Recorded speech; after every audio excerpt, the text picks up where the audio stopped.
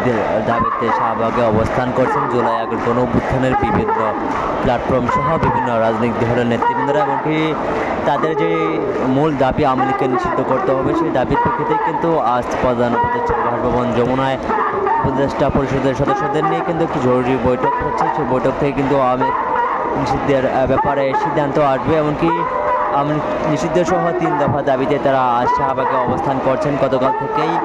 দ্বিতীয় দিনের মধ্যে শাহবাগে তাদের এই অবস্থান। যদি আপনাদের 3 দফার দাবি একটু জানিয়ে রাখি, আওয়ামী লীগকে সন্ত্রাসী সংগঠন হিসাবে নিষিদ্ধ করতে হবে, এমনকি আন্তর্জাতিক অপরাধ ট্রাইব্যুনাল আইনে আওয়ামী লীগকে দলগতভাবে বিচারে বিধান যুক্ত করতে হবে এবং তাদের যে 3য় দাবি জুলাই ঘোষণাপত্র জারি করতে হবে। সেই 3 দফা দাবি নিয়েই আওয়ামী লীগকে নিষিদ্ধের দাবিতে শাহবাগে অবস্থান করছেন জুলাই আগস্ট গণ অভ্যুত্থানের বিভিন্ন প্ল্যাটফর্ম সহ বিভিন্ন ইসলামিক দলের নেতৃবৃন্দরা। আমরা যেমনটি দেখতে পাচ্ছি, ইসলামিক দলের নেতৃবৃন্দের কিন্তু ব্যাপক একটি অংশ কিন্তু শাহবাগে অবস্থান করছেন এবং তারা শাহবাগের ইসলামী দলগুলোর যে আমন্ত্রিতের দাবিতে যে স্লোগান, সেই স্লোগানেই কিন্তু এই মুহূর্তে শাহবাগের এলাকাটি প্রকম্পিত হচ্ছে। এমনকি আমরা যেমনটি বলতে পারি, ইসলামিক দলগুলোর স্লোগানে এই মুহূর্তে শাহবাগ এলাকাটি কাঁপছে।